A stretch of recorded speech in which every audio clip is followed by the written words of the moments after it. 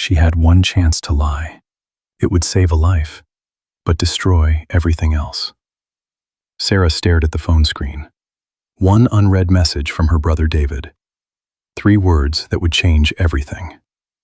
Mom has cancer. But here's what David didn't know. Sarah had already received another call from the hospital. Mom had died an hour ago. David was 3,000 miles away. He'd been planning to fly home next week, to finally reconcile with Mom after 5 years of silence. 5 years of stubborn pride keeping them apart. Sarah looked at David's message again. He thought Mom was sick. He didn't know she was gone. And in that moment, Sarah realized something terrible. She could lie. If she told David the truth right now, he'd never forgive himself, never get closure, never have that conversation he'd been rehearsing for years. The guilt would eat him alive. But if she lied, if she said Mom was asking for him, David would rush home. They'd have one last conversation.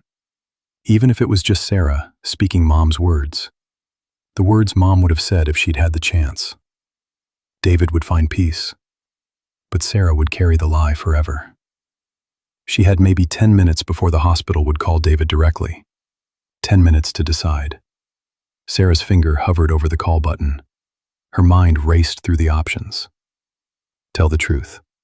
David lives with regret, but reality stays intact. Tell the lie. David gets closure, but their relationship is built on deception. If this kind of impossible choice makes you think, you might want to subscribe, because we're just getting started. Sarah made her choice. She called David, and when he picked up, breathless and panicked, she said, "David, it's Mom. She's asking for you." The lie slipped out so easily, too easily. David caught the next flight. For 6 hours, he practiced what he'd say, how he'd apologize, how he'd tell Mom he loved her.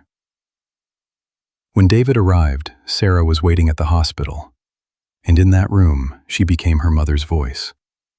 She told David everything she knew Mom would have wanted to say, that she was proud of him, that the fight 5 years ago didn't matter, that love doesn't keep score.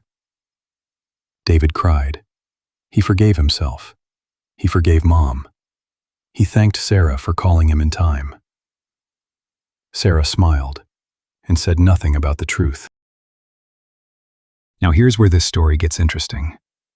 Because thousands of years ago, a philosopher named Plato talked about noble lies. Lies told not for selfish gain, but to protect people from harmful truths. But another philosopher, Kant, argued that lying is always wrong, that truth is sacred, regardless of consequences. So who's right? Sarah, who gave her brother peace through deception, or the voice in her head saying she robbed him of reality? Here's what I can't stop thinking about. David got closure, but was it real closure if it was built on a lie? Sarah saved David from regret, but condemned herself to carry a secret forever. She chose his peace over her own honesty. Was that love? Or was that the most selfish thing she could do? Because here's the question I can't answer. If someone you loved could live with beautiful lie or die with ugly truth, which would you choose? Some choices don't have right answers. They only have consequences we have to live with. What would you have done in Sarah's place? Drop your answer in the comments. And if stories like this make you think, subscribe for more impossible choices. Next time, a man finds a wallet with $10,000 cash, no ID, but there's a lottery ticket inside. He checks the numbers, and it's a winner for $2 million. The question isn't what's legal, it's what you can live with.